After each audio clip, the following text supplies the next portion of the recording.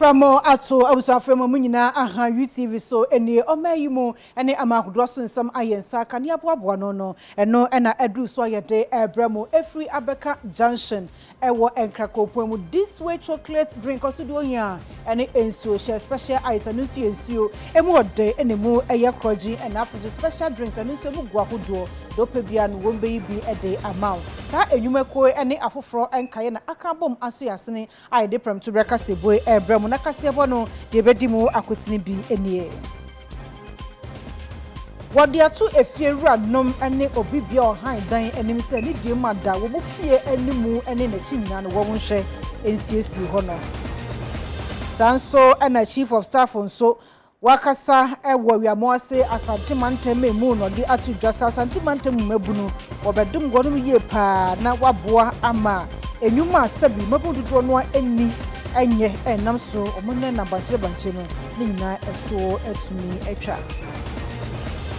se ko ebura jambankrom DA primary school enowa ebura sebu kwamanka cement mo fifi mantemu a aban S3 unit classroom block ede amawo no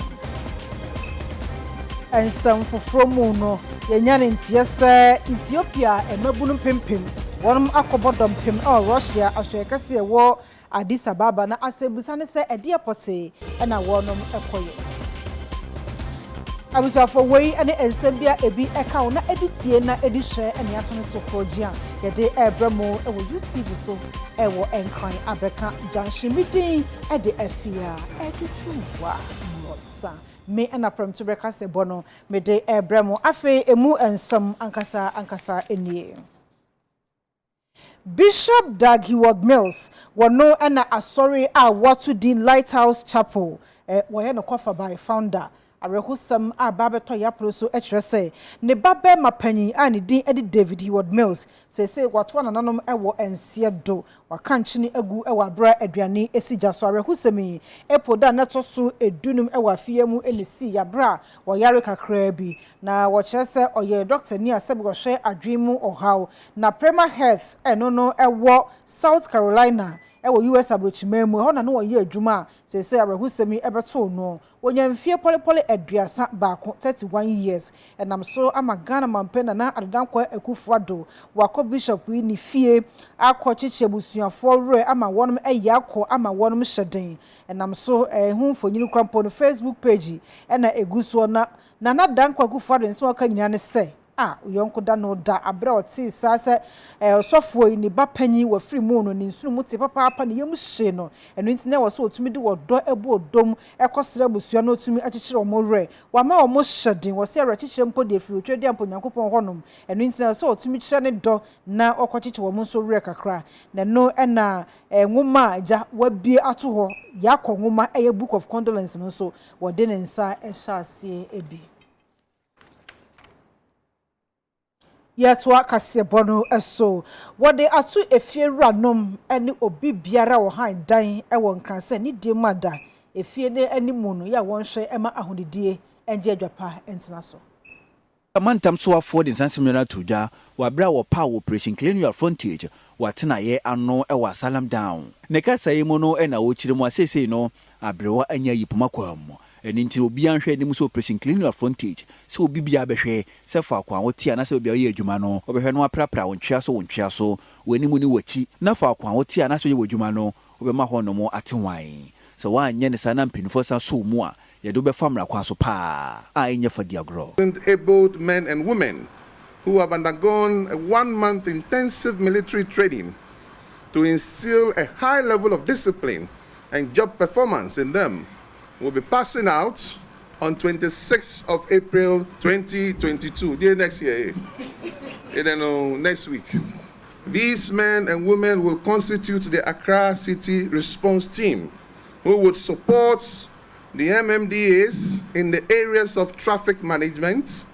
education on good waste management and sanitation practices, and the enforcement of the sanitation bylaws. A lot of education has already gone on. So we are moving into a full implementation of the bylaws immediately after the passing out.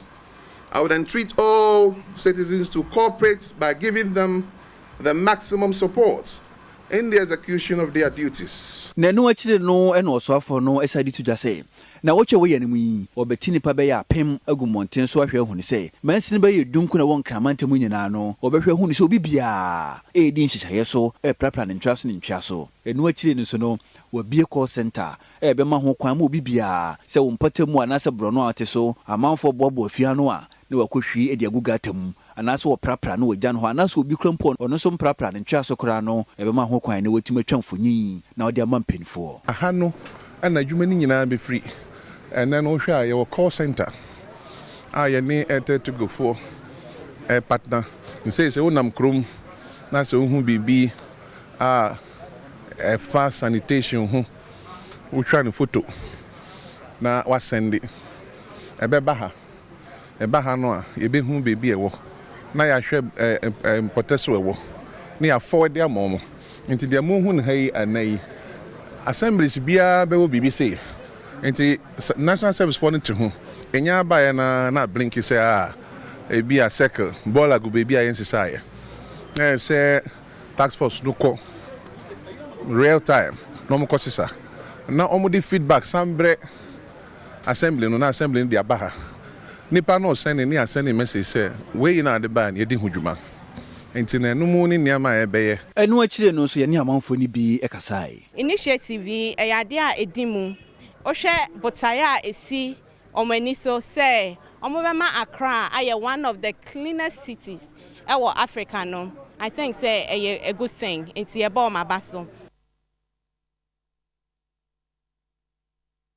Chief of Staff wani ononyamfo akosua frema opare akasa ede atu edwase yi levy no ebeboa ama mepundudo no a wo mu ni adwuma ye no wo matumi anya bi aye no nti wo de atu maburanim say one for support nyina da entai achire okobie office complex anampo library bi ano ede ma eye wiamo ase adehye na ase no de sansem we atudwa Onumanyamfo akosia frema wo pare o de sansem nyina tuja wabere okopie mu ewo wiamoase ama wo modern library complex a wiamoase ade che won kofa ma so akeka won sase asi edema mabu na wo wiamoase opa hotoma no okoka won hu onumanyamfo ne kasa yemu no e na wo chiremu a se na ebe na o my Ghana ye wie school menya adwuma nye ma wie school aban posti me ye adwuma be bosumi mienu miensani aban ntwa ye ka sansensem no hawo ni nyina no aban betumi ye fi honom na sika tima bo man no mu na wotima biebie ndwuma ma maburu no bibia enye adwuma aye enu nti na odi e-levy aba okirimo se Ghana ni babia agituma akoma pam na ono nso eye ne chefa bosia dodo na wo so man no kobo ansa na wonye sika de abo man no ho bra no nyina na ya ade ayeto ebetwa enti e-levy no obibia ensum wa akoma pam die e-levy no ebe ye no ebeboa papa yenya ye bejina ye naso e die Ghana for fee say ye ya ebeboa oman no titru emabunu say you start sike ya ye say wo pese wo ye adwuma nsa wa wo hihye wo adwuma kakra e bia wo nya bosia kakra bi wo ma me wa enye wo wo fa wa enye ile binti ya de photo epeko na mho a woni eye se wo pese wo ye wa wadwuma no ya kwa wo ya ma wontete ya ma wo bosia a wotumi de be ye adwuma enye bosia kese a wo kotua ensihu yempe we ni yepede ne kasa achire no e no so afa wono na adusua so ye no da no Dr. Seya Adutwum enso ekasa achire mu a aban no e de nhyehyɛ padodo na na egu apono so bi any free education ochire mu aboa ma Ghana for dodo na wonya adusua ho kwan wonim sɛ achire ni achire bi no Ghana for ebinya so mfa so pa omen puntio omen da tekase na ewo ya nim eni achi obi aka kyerɛ sɛ Ghana ya da tinya aka kyerɛ sɛ enya no kran omampani ani so ade hu de Ghana bekwa akodu ba bia daati e beka sa eye den na Ghana duru ha na nam se o to fa pem stronko or the free senior high school ebai se enkwala bia ntimi nkobi wo maami obi o wo maami ni bi o nso kobi na daati wanya baby papa gina no wanya nim dia kase e disi so man amanse wiase nyina ba bia asesa no ma beya on my akese one man who must here. Na no krakra mu no na chairman Ariamoasa de se wakwantuom woda wana no Mr. Kwame Apawo Chiman enso ekasa din sem sei etudwa ye hwe Ariamoasa youth na de no mo ye enuro tramadol ne ya no mo ye no ye se be fa kwan bi so na se ompon school kra na so mba fie a ometimi anya ba bi akotena a ometimi asua de eno ene hye yin kran na no kra me ameka sei medime ho edi adanse se nyema madru position me we eye emra mesha me call library bi mu na me ko yi book na me bi book mu na eye space science omo a eko space ni ade eno ne ma me ye interested in academia and nuntino me fi say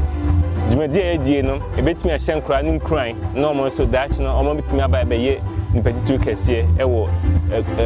magician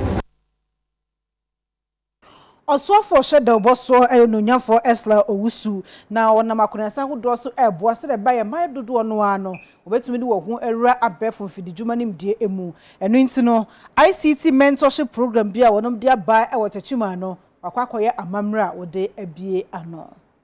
Sa dwumadia osoafa wono eneda communication and digitalization asoyena no Onimanyamfo Esla Owusu ekofo ekopa hontoma ewo Bunu East Mantamu no edin eda so eni girls in ICT Yumadia International Telecommunications Union ITU MP4 Ever Communication and Digitalization asoye so na e mai wo mai Ghana mu onso betumi enya nimdie anasesue hunu e wa abefo computer mu Onimanyamfo Esla Owusu ekofo ne kasa yemu no na wuchire mu a wa afi mu no opese mma be ye mpim nom 5,000 eni wonya sue hunu anase disua e wa abefo computer mu e wo mantam no mu Bunu East Mantam no so e ka ho bi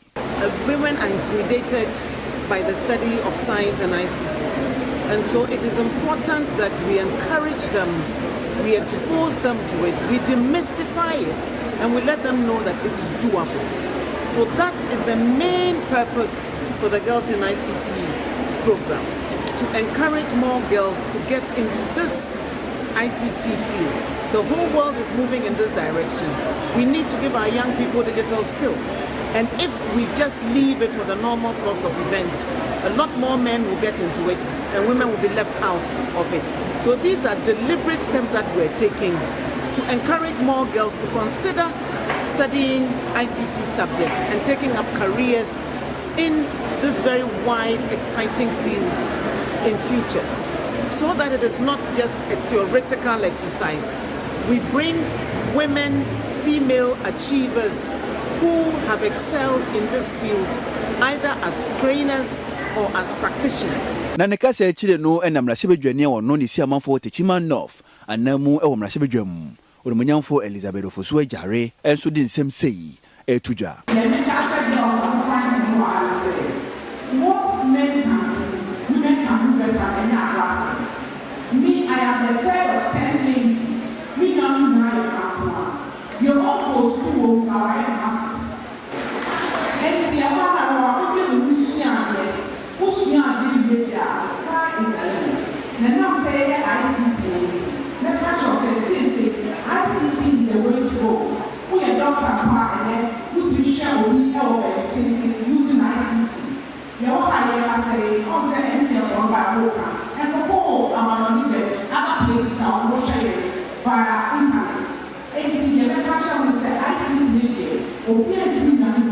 Na ne krakra mu no na head of communication edema MTN Ghana Charity Asari enso di nsem sei etudwa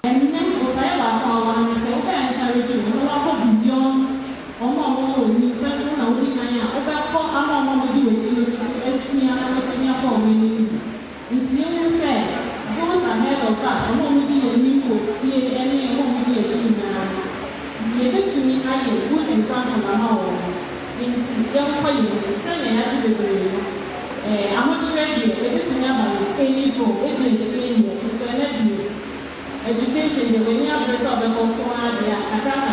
you don't when you go when you are now also from you do baby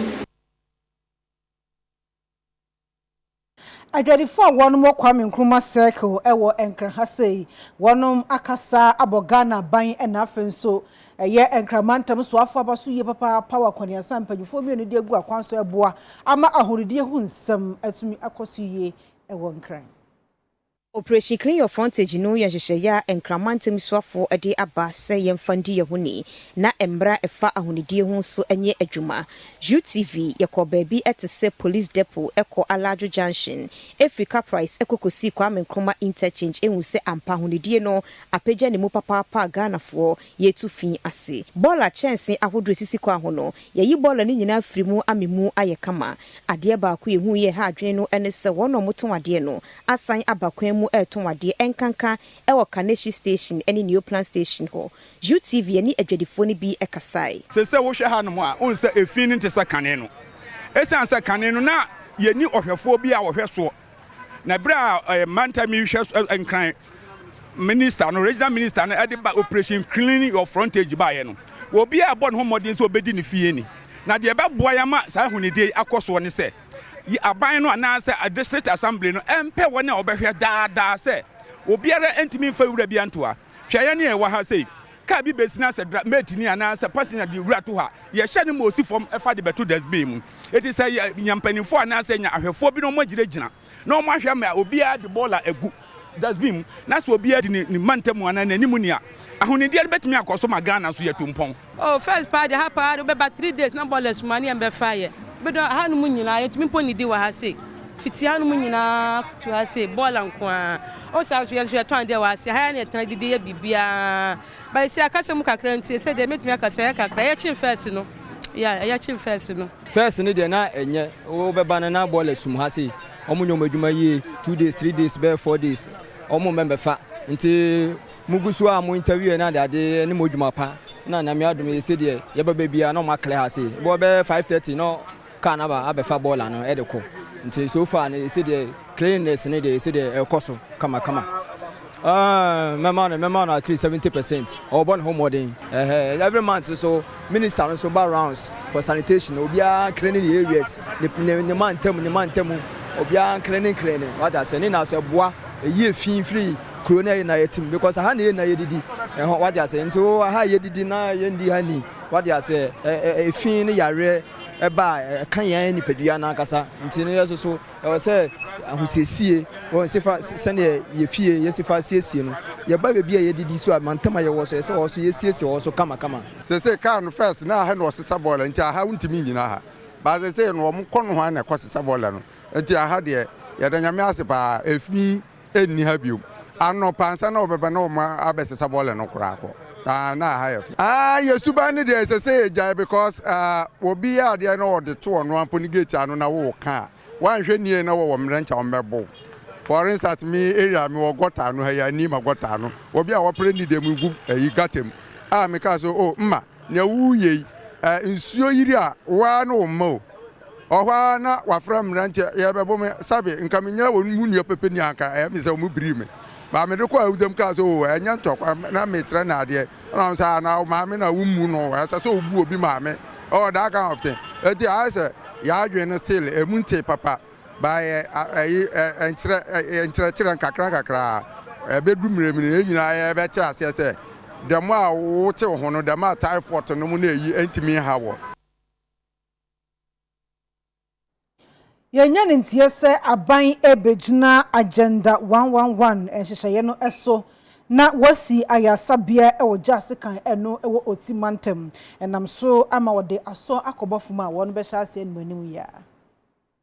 abanka chipanyina wono na jase kan mansini no wodan no ene Elizabeth Kesiwa enim ne kasa yemu no ene wode abasobo ema Ghana mampanyin na ado dankwa akufu ado se wono so wakai wo na national cake no won so bema wonsa aka won die na ni hia ne se wona wotimpotem honom no wone contractor no ebedi kasebo mu no watena sundwie mu na dwumadie no watima wie ne bra no edi amomo. Would also want to advise the indigents to help us to enroll this project successfully. They should relate very well, as I said earlier, they should relate very well with the contractors and whoever is coming in respect of the project. The local content, the president is so keen about the local content, and so the contractors have given their full support and their pledge that they are going to employ the local people. So we are going to have artisans like masons, carpenters, we are going to have sand winning who are also going to benefit from this project. So it is not just going to benefit the health facilities or going to improve on the health of the people, but also going to serve as employment. It's going to give people employment, and those that are even into wood, lambing, they are also going to benefit so much from it. So this is a great joy to the people of Jasikan, and we are so much blessed. And what you know, and Lawrence Atipu, or a consultant, Edema Agenda 111, Ewu Timantemu, on the same say and the Tuja. On this hospital, right from today, because we have handed over the site to the lead contractor and the other contractors. So basically they are starting now, and the objective that they have is to build for this community a hospital of 60 beds with ultra-modern facilities, also designed in a way that it fits in the culture of the country and of the people, and then it will respond to the health needs of the community. 365 days is the completion date, so we can start counting from about now. And the contractors have assured us before coming here that this is feasible, and we hope that it will materialize as planned. Opanyikasi akaneno na wono ene hwe Kumasi kropon mi siesie so me kire former Kumasi mayor a woni Kojo Bonsu wode atodwa se obi ti se wono etu franka edema ND samanyokuro no akwambia to 2024 mampanyi aba no NDC betumi edinkunim.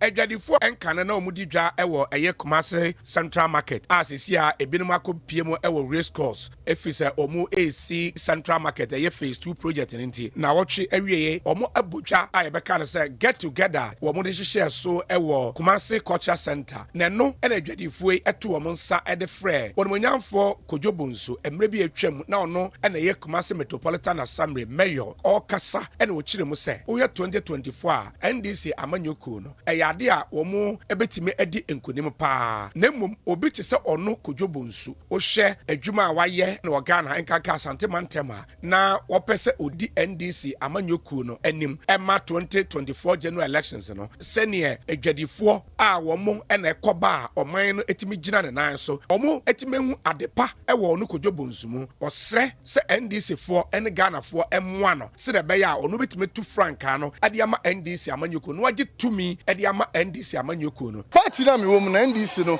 ye wo dom ha but ye dom no endru MPP dom no enti ye no ade we amahu no e kire se metima twe dom no abeka NDC hu ne ade age power e dom we ye friend ripple effect enye dom kitwa o a wo hu ni san e dom no e kwa akofom omo nkwala e ko school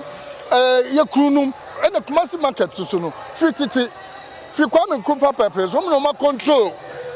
economy no ha enti wo no de wo mo sa no say ripple effect ni ba wo say adwuma no na ye enti ade de I have the hope say domi adimachi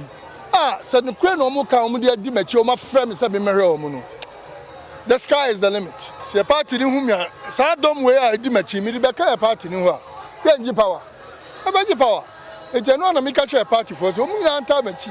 na dom imbra nya fanji power no eno eche na YouTube nsam trefo ene adwadifo ebi eso etwetwe nkomo ema wo so eka sei Ewa Kojo Bonsu awa beti wa ba he wa boy embebebre eja na ma won sase no si wono wono eni ewura asase here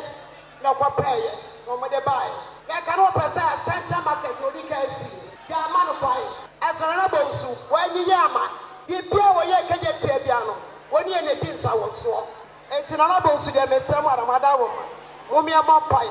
amekwa de magede, opa president ya, kameta de titisa atata. Yani Kojo Bonsu ayanko fa no, ebe ko so ya kase kosi se ebe ya kase pa ebi se ye wura no wapo aye adra ya wade ma no no anti ya frɛ no no dwumadie bi a wodie botaye bi esi na ni so ya bɛbɔ mpa ya ma na srɛ wura de se ɔma ne mmerɛ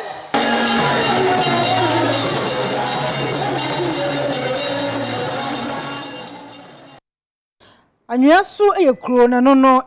sunafo South Mensini ewo ahafumantam mu enewo no hene ni din ede Nana Kwaku Teno Nana akasa ama Just Good Construction Limited for wabo mu kokwe mu odin ye pa se ekwan a wo beye de ama wo mu no wo ne manfo ntena se enchi won nsam wo mobo enye hwe ha ma se bo ma ye kwanfo bia emfa ma wo Mano ebedi contractors phone bi wa all the machine be good so no waja to na yese nua contractor say mra wa baso yi onyi ne yam fita na adwuma na hye ne san obomoni aso obeye na ekopum mawiye esa say yese bi empenyefo say adwuma sin ne aketua oye ma ne kopum mawiye a na ono so wanya bosobodin ne abono ya ma no mo ntie wa yehye say mra yedi ama no yi sanse ye hu na adwuma ene yati na adwuma ten nti ye na ayedi ama ye num se nyame tumi to betimi aye ama ye ama se bi yenso ye ni age every allergy anwea so sechi krom waje krom kopim pogu krom ene machine go so aye adwuma no chese ama aye ni je so nkokra nti da banse se ne ono so wa makosa kwanya ya betu yen ewo anwea so sechi krom waje krom e potem ha motofo no titru ha sei motofo no na eta fa hapa se omo ba mo dikan hu se dikan bo mo kokko se ya hye construction work bi aso ha na construction work so nya hu se ya hye ase se hu se ekwan no enda ho yo ma se na bribia hu no nti omo ba na omo ato omo bo kakra afi so mo flagmen na mo gina kwan ho a car bi e ba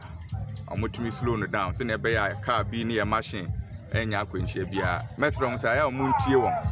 se omo gina omo a omo nyina na yo man ka so omo safety hu nti ene yesa na omuyasa ebebo nyina ma edwuma ne ebewie no na obia need them obia prayer na se ne de enije eba ha no ne nyina asa de enije sa efi ha akobebi efi ba ebesre omo se de eja adwuma contractor na ebedi ani ma yede nenzo no nko ntimi nye ne nya omu hia se mabunu no timambufo ne nyina bebo na chidom no maka bom no maboa na contractor ne dwumadi akoso mze na make asa mitu omufo se bi onyese contractor aba nyame adom eyede obefa mabunu adwuma na ebia wanya adwuma na abekọ ye bema cement mienu na afi ba ko ne de koye adwuma nyame adom mabunu ni nyina age feso mayo madwuso nyina beka boma ma adwuma na akoso ebia contractor de ne ma beba site ade be che beko ne bi ni ho ni nyina ya ade a emo amadwumadi na contractor ba kwan so obe ya ebetum bo nyame adom yetu omufo no omo so atie na sopamu a omo so beka bom no maboa ohwe nananom fa o magye so de wi nananom ani agye so mbabua contractor no niam bia ohia bia o mafamu de bia se de be adwuma no obeye na ye ne ntem so aboa wo mo Owura Clemens Jato wono no oyo panyin bia wo prasumdwe papa pa we peace ambassador no wakasa dia to dwa say obi bia da a odi ni tumi so akwatena aban asase so no saa nipa no omomodne aso no akasa betu ne hofo na afi wasoro ede afri asase no so eno wachi wase obo no okotena asase no so na cha no aye no ho say ne dia wase saafo ni nyina so say mo se asase no eye mo dia ene mo mfa mra kwan so na afi mo ka eho asem na mempa asem ede no na okasa ho asase mo nyina da ebetu dwa wa ha mo tena ha more than 50 years prekope obitimi sori ahimachi na woni tututuo ye de ombe ye a ha adwene utietie nso ye se omo se asase ne yomo de na asase ye wo de na oba beji asase na wo de max hye wonim ana osan ba anajo enti utimu se nipa no emra na mo peso mo chinchim no yesre ye besre because wo na wote baby a wote baby a wo nananom de ama no obi raw kaba fa uti sana omo so there will be reprisal attacks. It's a IGP, and the ya, more mad so on a police form number bunker home by. They must increase the number of patrol teams at Wahanamo. Nayan said no ma a year but 2 years. Yenim said Yachinipa suspects, 6 suspects, war Kibi police for some. Yes, Romo, Amunfa Embra Quine so no bibia Emrano, except for say China Subiano. Amunfa Asuchi more dini. And for mom, may and crop faces so, and for a munyom, no mutimi nyom odwuma se de ese sika we emfi MP Commons Fund efi onwa ana efi district but efi onwa ni kotokum eno de breye ye wo se odwen ye ho na ye de na se na mo wa beye ni de but de dan ya ebubu ye no fi ha copy oprijima no e dan bebre enti ye sre amanfo obi a owo bibi kakra no o mebo aye na company ya both kind and cash ebi obeba ya hwea seme se na honorable aye is welcome ye better na see nti ye hia moa na mmom aban no onhwe se ebi sori na ade a enye ni de na obeje na obebubu amafo dan enwumre 12 o'clock. In fact, which country are we now? Eba no say I no say aban na oni packet we bi no mo twa mo no mo ye sade no aban no obomodia because omo ye ya no mo di Chief Justice ni way to kata no so and me say I have the document in my possession. Me can say me the back private committee me the back come out. I was on for you to work as a bonus. Na se ko ashama edwom metre ashama marketer. One year ton enuaba ana fruit sellers no. Wo mu de ato dwase nyame nim ne kwani nansan ye nto ade. Na de omu ya krampo ne se ne ma no mu kofa ba ashanti abo ye transport first no so. Ne bo den a chese no ewe omu ye pa. Ya tu nyame mu. Nti most of the time face challenges. Obi ba uche na de ne bo na o se ne board. Ba ye so enye ye. Oh, because nyamana omubu obusha card beba ehun lorry fare aso na mom so bebu ni bi wa small cars omutumi gi 500 ena kese pa na omutumi gi 1000. That's the price ya omuji ena omuso omom be sua obush no so omuso etua omuka aso na de obeyinsu wa house be tua nyina no odi ba esa ska kitten bi wa we say be to the minimum 2 cedis should be 25. Panami kovia lord fair ba mi adu anama sugbon ha o gale mi asa be only 5-6 lord fair bono ha na va dire ro hu gbaglaga na va dire kura kana ba da obujo klo no mo le mako maga kpo na na ko na government na kpo me na mi vira ko ekwa se fertilizer no one bag ba ko pe 500 ebi mu kura se 550 ti bebre so enyafo ne omno muntimi enye den enye scan to fertilizer no mo de aye omo mutimi ye no nso na ne boy den we afom wo last me ne pana bibi buy 250 pesos me bedu market inso atash na sane wa tono no wanje mu so a pro make am ko 1000 Ghana ena ye me ntese de eden papa eden ama so anti fertilizer so ma akuafo no on threat fertilizer no so make ya for no titiri ko so mo no mo koto no mo de ya na amane bo na kwofom ne yenso yekofa ya ana afi so raba for no lorry for no mo gin aboarding too much first lorry for etu ya ni say lorry for enye easy wo ba betiti asase ka betiti kitika ne man kitinkitin beble abetiti nyoma ne bo ayede lorry for so bo ayede yes raban ohun ya mobo she say the pineapple ya nani egu he ayeka sese bibia ye basa ska no so ye sani so anoma chemu no matefa ye brepa ye de nyama ni ba omu be yi so awontumi nkoton no metu aka obi o ho ekomu de no pan so nye ska no de atade no na so wo mu so no mu di chi na ese na ye kofa fi bush ba so ne e bre iti ye sre farmers no to say ndro no sese fet ukoto fet bottle ba kwa ye 6 million esu fet bottle ba kwa na ye 70 Ghana enti omo de ne nyina aka ho enti omo hye no mo muaye na ye brepa sese ade anya kura pineapple obogu ha pe 100 million ti se kutue na popo se ya nkete sama so mo ba fini na ukagiske po na mo akyeme mienu omo ntua ka mayen nti ya perecha na on hye no ya bibi ma ye ma obogu a e ba sia prowa ni asesa akobola esa akobola sha ayaka ya mehen nti ya sra na ya pacha adi mane se ohu ya mobo no mehen bebi a ya di ya mane bu mpo ba ya papa mehen na so lol fan so petrol ska no on to shman ya bre person kacha bai so ohu ya mobo no mboa na se ade bia ekono ye ntimi ye hu ya ho anu kra ye sre ne pa ohu ya mobo na onye bibi mfa ho ma ye na sisi ade bia ba Ghana ekono ye ntimi ade srade ehia ya ne se lol fan want so ma ye Yansu ye ni adwuma bia ye kutio abrubo popo ye adwuma ya na lolly fed se ekum ye lolly fed ti ye ton ani ye ti anem ti ye sraban lolly fed no hwe no nte so ma ye sra ni bebre this ekuafo no so to nim se omo wo ho a de omo beto ade wo ha ne board nti omo nso anja omo nyama no enkofam omo nso nyama no board first ni to agric ba first ye to ni 10 cd bi o 8 cd and na 250 wo bush 270 wo bush 30 Ghana wo bush wo de lon fe ne ka wa na ko 40 Ghana and na 35 nti wo de ubana wo ka se 40 a onipa ko no na ese ja wo twa no bi na enyama nyina na obi didi watam na obi kasa de ope enso nya wa Aban SC3 unit classroom block ede ama Abura Jambankrom DA Primary School eno ewo Abura Sebukwamanka Semensini mu ewo Mfimfini Mantam Central Region. Baye mreka kila atwa mu die no na Abura Jambankrom DA Primary School te bia na school dan wo no na nya de so ani ne sai so ntini UTV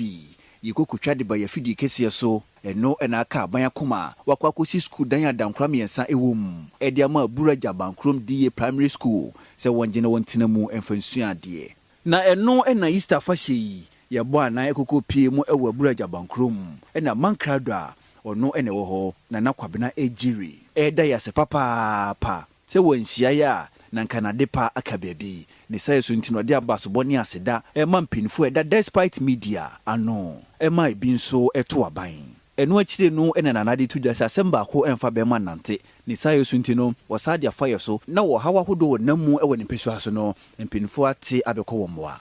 ejina kasefrido eda UTV mpinfo ase de wodidu ada edidu enwono da aban abohwe waye dana mehen inna ye sheda oye edi hanafe oye Jambankrom Easter na ya bote a odada anyi de ye pede ye community center pembebre mprewanyin sen akodo wa ha yan saban do bebre ni nyina afi library anyanya ICT center anyanya eti enam dam akwenye do na yedi en butaye de sudu de e pre de background wo afi Easter ye de sudu eti na onam do mebenya ICT center no ye library wom eti ye de due kasefrido ashofa wo hwe ye de se ye sre aban do omobo hen na yentumi ye because say library no ye adwuma bi wa ha abofo no be ye time we suade ron kanka nkeda group bi a ode ntuwe say baba na naka se akire no ye ni kromafo ni bi nso ekasai setin de senya library another offended ICT center ono ba mama mebunu wetum esuade bro na brain na amama atwa empewa yinsan no do dama omanka do de kan no nti yese UTV de monfon so a wekumo wa ontwani ti preku onkodo mbon dewu na ankrankra wota obotum wa yamwa no mabwan na yenya ICT na ombo amofra no wa adesua na ontwa mpewanyin san do na afi so yentumi nya ekunini na omabwa central region na bi nka man Ghana nyina mpewanyin san no ohia papa de library na ICT obabado amamfama no wa occupy hwan ma bibiara won ye hwe wo fie no won na baby basabasa osan de mete hoho mo de mi fi krom ha na metumi ka ye nurse ma akọ me wi ma ye adwuma na ma ba fie asomdwim nti me pai boy de youth no so wo be ye fesusu amahen dache anye ijan wo osan de hene abrabo ni na gina youth no do nti ye da UTV ase bebre wo mwoya wo da abohen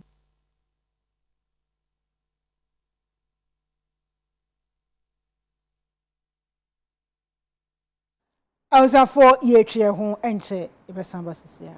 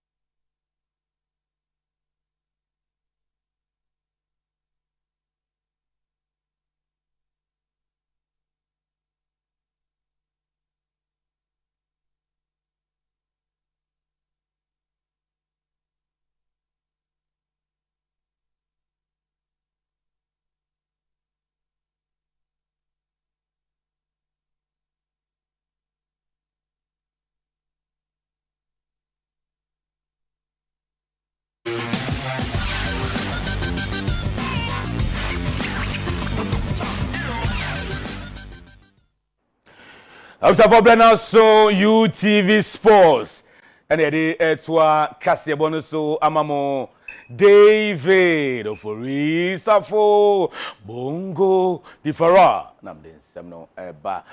Safo Candy Asada, my proud sponsors. That's the way chocolate drink. Don't hear I own so share. Once and saying so gugu. What an mu I knew on second that's where. Don't hear I own so share. Diana Gasana sit you da.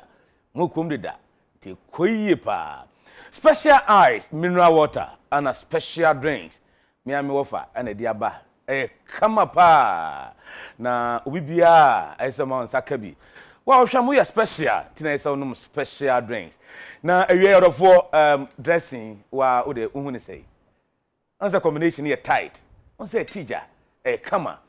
St. Philip's Enterprise. And I'm wife sa. A memma ye dieni a hona memma nyina. To yentade St. Philip's chese member shirt papa bi brabeto de trousers khaki jeans t-shirt lacoste suit jacket St. Philip's and your tone when echi kwan wo Accra oben Cocoboard Ayalolo station honoma sanso na circle Odona Trotro station hona be hunu Ferura Philip danko that St. Philip's ano the number is 0244 7212 0244 147212 First and Phillips is here nekoto memma entade. Before share na ye share 2023 June July African Cup of Nations because so e wo La Côte d'Ivoire na group stage draw no enra and a cup for ye say na tie group A qualifies no Nigeria, Sierra Leone, Guinea-Bissau After Sao Tome and Principe, and Mauritius, we na winner no, Wabeka Group A no, na just qualifiers no, Group A no, Sanetie. After Group B no, yawo Burkina Faso, Cape Verde, Togo, and Eswatini. Group C, Cameroon, Kenya, Namibia, and Burundi. Group D, Egypt, Guinea, Malawi, and Ethiopia. Ghana, the Blasters, L Group E. Qualifiers no Ghana, Yebeshia, Madagascar, Angola, and a Central African Republic. After Group F no, yawo Algeria, Uganda, Niger, and a Tanzania. Group J, Mali, Congo, the Gambia, and then South Sudan. Sanso and Oko Group H no ensumwa. Yawo La Côte d'Ivoire, a host country no bo qualifies ni Obeshia, Zambia, Comoros and Lesotho oko group I yo DR Congo, Gabon, Mauritania and Sudan. Group J no Tunisia, Equatorial Guinea, Libya and Botswana. Group K no yo Morocco, South Africa, Zimbabwe and then Liberia. And Group L last group no Senegal, African champions, defending champions. One and Benin, Mozambique and Rwanda. We AFCON because next year La Côte d'Ivoire qualifies no group stage and then for draw no. In the Ghana group no A group E, Ghana, Madagascar, Angola, and then Central African Republic. June year and qualifies no and then so chassis. Now AFCON qualifies June chassis no. As at now, Ghana Blasters any head coach bia, technical team bia ni ho esan say Otuado George Boateng, Didi Dramani, and Chris Hughton on the ball, the World Cup qualifier against Nigeria. In the Siano, FNO, Egusua, head coach. Na Ora Henry Asante Chum, Kasama for Edema Ghana Football Association. On a UTV Sports, Edin Commodity Atubia, HSA, FNO Guso, Tuanamon, Omni coach, Otuado, and any technical team no Kasa, said be penny na AFCON qualifiers, Ebe Shasiano. Better Tuniama Blasters. Now, if they walk up, because November, December this year, so no, Wama Coach Blasters, Amaniama Kuyenti and Sama, Henry Asante Chun, Kasama for the man FA, what the two UTV Sports anyway. Okay, so the appointment was for the 2 matches. Let's not forget that before we appointed them as interim coaches, we engaged their employers. We spoke to Dortmund, we spoke to Aston Villa, and then we spoke to Norgeland and Right to Dream for them to release Didi, Otto, and George. Chris was unattached, so it was a matter of dealing with him and his lawyers to get a deal done. So now that the 2 games are over, I think we need to go back to the table and speak to the employers of these 3 coaches. The executive council is yet to meet to take a firm decision, but whatever it is in terms of the future or the technical direction of the team will be duly communicated once the executive council firms it up. You first of all need to speak to the coaches and find out if they are raring and ready to go. Once that is done, then you need to engage their employers and ask for their release for the World Cup. Fortunately, the European calendar, or for that matter, the various leagues would have ended at that time, so it will not be too big a task for their release. But by virtue of respecting our relationship and respecting the agreement we had with them, we need to go back to them and speak to them. And once that is done and we have that agreement in place, a formal announcement will be made. Now, Ghana qualified for this year's World Cup. They say team Eshemu Kina Serbia, Eshia Uruguay, ne Portugal moa. Ebetimi Ashomo. Ghana first say Bodin say obiti say Mohamed Salisu. Ese ekofa ne ba Inaki Williams, ene nua Nico Williams, ese ekofa mo ba. Ena Edin Ketia oye striker. Na obo Arsenal so ni din piemu say ese ekofa ne ba no be si akan de man wo World Cup no emo. Na nsentwofo ene Edin Ketia of Arsenal Edin Komo. So Baba see akama Ghana, na so Baba England. O chese no na wo for Ghana. And this Afia no ene Edin Komo nkwan de a wa krado. So Baba see akama Ghana. Yenti nsama Edin Ketia what it tuja. Obviously, like you said, my parents are both Ghanaian of Ghana heritage, so yeah, of course it's a possibility. You know, I think I'm open to both, whether it's playing for Ghana and obviously England as well. Like I said, I've played through the youth team, so naturally, when I was obviously younger, it just made sense. Obviously, they called me up to go and play for them. So obviously, you know, it's good. Obviously, being from Ghana, you're obviously happy that they qualified for the World Cup. Obviously, I know players like Thomas. I'm happy for them as well. So. Listen, it's always good to have that opportunity to potentially do that. Has Thomas been in your ear? Come on, need some kenke as well. He has, to be fair. And I think, like you said, the situation I'm in is kind of like, that's priority first, like my club situation. You got to know what you're doing for the season. There's no point looking too far ahead when there's something that a big decision in your career coming in front. So I've kind of always been consistent when I've had those talks, or potentially to put that across that, like, at the moment my full focus is obviously my club and making sure I sort out things for next season, and then obviously once that's finished, then I can really sit down with my family and have that kind of discussion. So I'll just say it's open to both, you know, like I'm not closing the door to anything, and obviously it's great to have the opportunity to do so. Yeah, because like apparently Ghana are trying to make a drive, like they're trying to get Tariq Lamptey, they're trying to get Cho, they're trying to get the Anaki brothers, like, yeah. And obviously if all those players, like, it could be a mad World Cup. I feel like, to be fair, I haven't really looked at it in that way, to be fair. I just look at it like from an individual point of view. I look at myself and where I think my ceiling is, you know, so I don't shy away from competition, you know. I feel like there's competition everywhere, so that's why I feel like I'm so focused on my club career, because I know if I'm doing well at my club and doing consistently, like, doors will open to everything. So yeah. I've kind of, with that, just like I said, put that to the side, where it's like I can look at that in the near future once I've sorted that out, you know. But like I said, I've not shut the door to anything. I'm open to both. I feel that's the best position to have at the moment. Edin Ketia Chese na ufo Ghana for no kran so Thomas Partey no ne bo Arsenal ti Partey kran ne din komo so mesi akama Ghana din na Partey mani di Ghana aduane e wo Arsenal Chese enkran do kran wo dipa kokonte abetie afefufuo ni ade nyina wo dibi enti obesi akama Ghana ne kwan so a enso eno no Edin Ketia a very young 23-year-old Chese ne modemo so ni pa Awobo Adema Arsenal England junior side abodi amomo but I heard him so beba na blasters so be see akan and so the amayen ye to aso na ye call ye gamanche derby eno regional derby etodwa on kan say House of Folk and a great Olympics and a decision so now 2022 the empanifo say August this year and a bus event organizer Jeffrey Asari on the UTV Sports in come and to do among ayeno or the 2 year anymore. That we are looking at is not only male football, girl child education also among the Ghana state and also other Ghanaian girls who are very good and have the talent to play football. So basically that is in some the main objective why we have actually put a curtain call on the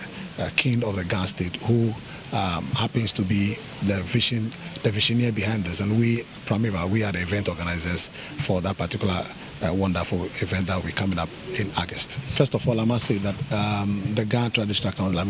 the office of the Chief of Staff of the King of the Ghana State, are going to be partners. We are partners in this because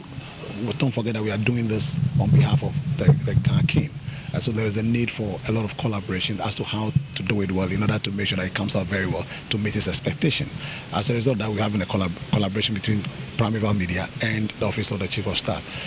Secondly, also, we are still having deliberations in relation to when the match will take place in August. It's between Accra Folk and Great Olympics because it's a Ghana Manchester Club, and these are the two big Ghana clubs. The date, we are still, the Traditional Council will give us a date appropriately. So we'll furnish the general public the appropriate date when the event proper will be coming up. But for now, it will take place. The lunch will also be coming up quite soon before the match itself take place. After, very soon, the Abaduma. And then after that, when the ban on dancing is lifted, then that will pave way for the match to take place. But the match will actually take place in August. Now we can say the major European leagues, matches in be toja and then you may enra Mwamu when Guasia, Man you for a 2 Liverpool. You will never walk alone. Chome can 9-4. Man United and me and take a Kerim Bakukra. And then you may 6:45 Ghana time. Chelsea the Blues. And Arsenal the Gunners. That is so. After Everton the toughest. Bishia Leicester City, Newcastle United, the Magpies, Bishia Crystal Palace, Manchester City, the Sky Blues, and the Brighton and Hove Albion. Bebo Spanish La Liga and so much as me and San Eto Atletico Madrid, Bishia Granada, Celta Vigo, Bishia Getafe, Nafe Osasuna, and Real Madrid. And so at the association for Nano Sunigina, at the Good Moon, Samana Cornaway or Casabono. So that's the way chocolate drink. Do here so share. Special ice mineral water, special drinks. Numbi, oh yeah, special. And I say we dressing, media koi a memanta de. I St. Philip's Enterprise. Freno was 0244 147212 production team. Madam Asemabo Jumapa, Afia, Adutwumwaa, Morosa, Abaima, Hofedia, and their combination is tight. Fatal pa. That's bongo you. As you for na bongo ni raps you so any ejina. Na from to breakfast your ball e UTV so e enkran Abeka Junction. Yedi nyina asie na America wo se matadi efisa West Closet. So West Closet e wo odoko traffic technology na se wani. Se wa wo niema pa ne bonso e da form. Ne number no 0243 508635 0243 508635 and afa Asorba Hair City ono nso eyemiti emamie Asorba Hair City ewo Achimota ma 7 best points no taxi rank na ho no woni Asorba Hair City and di enhwe ni mo number ni 0244 734701 0244 yada boafo no asimidi e de Afia Adutwumwaa Morosa nene David Forisa for Bongo Divara.